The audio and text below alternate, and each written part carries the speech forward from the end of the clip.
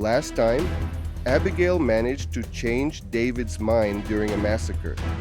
She called her husband a fool, reminded David of his future as king, and convinced an army to retreat. But that was just the start of the story. Now let's talk about what happened when Abigail returned home. How do you face a difficult husband after saving his life without his consent? How do you explain, "Hey honey, I took your stuff, went behind your back, and stopped David from killing you"? You're welcome. Here's the twist. Within 10 days, everything changes. Nabal's fate takes a shocking turn, David makes a surprising move, and Abigail? She gets an offer she expected. This is where the story shifts from survival to destiny. Sometimes obstacles are removed in unexpected ways, and sometimes the woman who saves a future king becomes a future queen as well. If you thought part 1 was intense, part 2 is where the real drama unfolds. We're talking divine intervention, unexpected deaths, and a proposal quicker than a celebrity engagement. So, did Abigail plan this all along? Was she hinting when she said, "Remember me"? What does this teach us about God's timing, toxic relationships, and knowing when to act? Let's dive in. Strategy number 4. Tell one's destiny and dramatize it. A prophetic vision reminded him of his destiny, preventing him from ruining it. The Lord will make you king, and your descendants will continue because you fight his battles. How does she know David's going to be king? Samuel anointed him like it was a top-secret CIA operation. Nobody was supposed to know. So what's happening here? Either she's absurdly perceptive, the kind of woman who hears one tiny rumor in the marketplace and suddenly knows the entire plot, the subplot, and the deleted scenes. Is she a low-key prophetic, getting those ding spiritual push notifications from heaven like, "Hey girl, FYI, future king incoming"?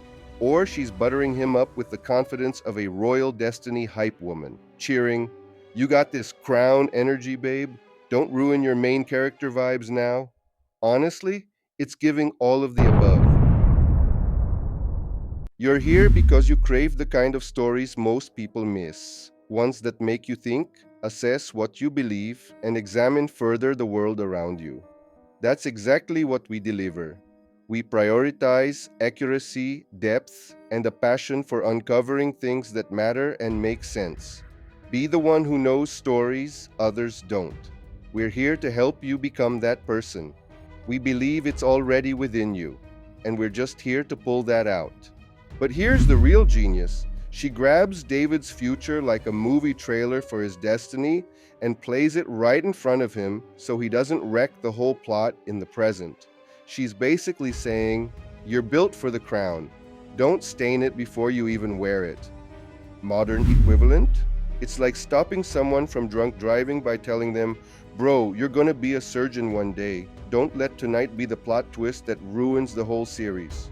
She's calling him up to his higher self and he can't help but listen. This next part changed everything for me. Strategy number 5, the sling reference. Genius callback. The mention of the sling was a brilliant callback to Goliath. But he will deal with your enemies like stones thrown from a sling. Oh, this is smooth. She just name-dropped David's greatest hit without actually playing the song. David killed Goliath with a sling and a stone. It's his signature move. His Michael Jordan shining game, his Beyoncé performance. Everyone knows it. So when Abigail says God will deal with enemies like stones thrown from a sling, she's basically pressing play on David's highlight reel. Like saying, "Remember when you were the underdog who trusted God to fight for you?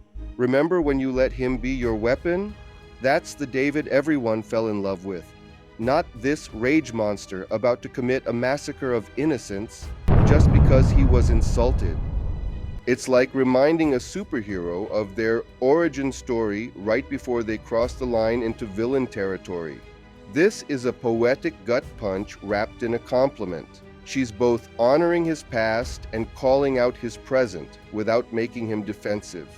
Abigail didn't just speak, She rewired David's memory, turning his rage into reflection. This instantly turned David from avenger to giant slayer again. This is a perfect performance, like the conversational equivalent of a chef's kiss. Avoid channels that are clickbait and waste your time with their flashy videos. Our channel is your home for the most captivating and deeply researched stories that bring them to life. It will leave you craving for more. We guarantee you'll be amazed with each visit. Alternatively, you can continue with content that offers little value, but remember, doing nothing can be costly too. Strategy number 6. Plant the seed for the future. Future positioning. Remember me, planted seeds, or laid the groundwork for what followed. When the Lord blesses you, please remember me. Okay, now we need to talk about this.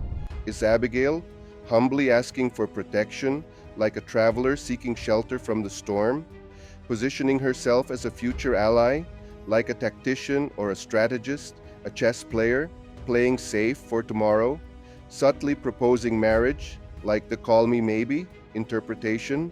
Because let's be real, when Nabal drops dead 10 days later, David slides into her DMs, immediately asking her to be his wife. Coincidence? Or was she strategically positioning herself? I think it's both.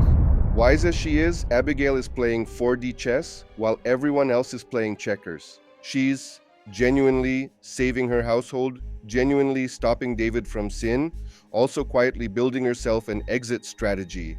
And I don't think that makes her manipulative. It makes her a survivor. She's stuck between two ticking time bombs.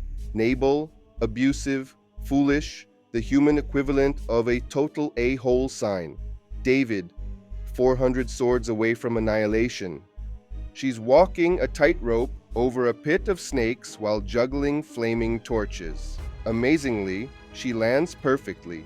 She's not just thinking ahead, she's already living in next week, like a grandmaster who sees the checkmate before anyone else spots the board. Just go ahead and check it out. What's the worst that could happen, right? Don't be a chicken. David's response is immediate. David said to Abigail, "Praise be to the Lord, the God of Israel, who has sent you today to meet me. May you be blessed for your good judgment and for keeping me from bloodshed this day and from avenging myself with my own hands." David, the warrior, the giant slayer, the future king, just admitted he was wrong. And he thanked a woman for correcting him. Think about that. When was the last time David listened to anyone like this? Not his men, not his advisors, certainly not later with Bathsheba, but Abigail, she got through. Why? Maybe because she didn't come with judgment. She came with humility. She didn't condemn him. She reminded him of who he was called to be. She met his rage with grace. And somehow that's what broke through. The twist? When God handles the problem. So Abigail goes home. And guess what? Nabal is throwing himself a party like that of a king. He's drunk, completely oblivious to how close he came to death. Abigail wisely waits until morning to tell him what happened. Then in the morning, when Nabal was sober, his wife told him all these things, and his heart failed him, and he became like a stone. 10 days later, the Lord struck Nabal and he died. God himself took Nabal out, which raises an uncomfortable question. Did Abigail know this would happen? When she said to David, "May your enemies be like Nabal," was that a prophecy or a curse? We don't know. The Bible doesn't tell us what she was thinking. But here's what we do know. When David hears Nabal is dead, he immediately sends for Abigail. Then David sent word to Abigail, asking her to become his wife. And she says yes. I share unbelievable stories that may be new and of a different approach to you. Once it's live, only subscribers will be the first to know. My stories may not be for everyone, but if you have a passion to be different and want to dazzle your friends with style, you belong here. Each like and subscription fuels more incredible stories, ensuring you'll never be left out. The uncomfortable questions. Was this rescue or romance? Okay, let's sit with the tension here, because this story is not as clean as we'd like it to be. Question 1. Was Abigail insinuating to David that she's available, or is she really saving him to commit a massacre? She went behind her husband's back. She criticized him openly. Remember, your servant has many meanings. Question 2. Did Abigail want Nabal dead? She told David his enemies should be like Nabal. 10 days later, Nabal's dead. Immediately after, she marries the most powerful man in Israel. Coincidence? Divine timing? Or something more calculated? The Bible is totally silent on Abigail's feelings. No tears, no tribute, nothing. Given what a jerk Nabal was, it's entirely possible her reaction that day leaned more toward relieved widow than tragic love story. Question 3. What does this say about biblical submission? Abigail violated every rule about wifely obedience. She lied to her husband by omission. She undermined his authority. Furthermore, she left without permission. And if she hadn't, everyone would have died. So what's the lesson here? That wisdom sometimes looks like disobedience? That survival trumps submission? Oh, buckle up. If you don't get this, you could be staring at a pile of gold, and there you are, thinking it's just some fancy copper. Why Abigail matters. Here's what I find most powerful about this story. Abigail is the only woman who ever made David stop and think. Not Michal, who loved him but couldn't reach him. Not Bathsheba, whose fate David ignored, just Abigail. And she did it by speaking truth wrapped in humility. She confronted him without attacking him. She corrected him without condemning him. A gentle answer turns away wrath. That's Abigail in action. But here's the tragedy. David didn't always listen to voices like hers. Later in his life, when he should have heeded warnings, he didn't. He took Bathsheba. He murdered Uriah. He lost sons to violence and rebellion.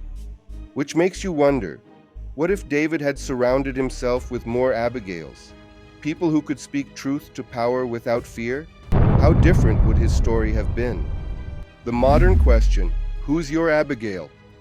Let me ask you something personal. Do you have an Abigail in your life? Someone who will stop you when you're about to make a terrible decision? Someone who loves you enough to tell you the truth even when it's uncomfortable?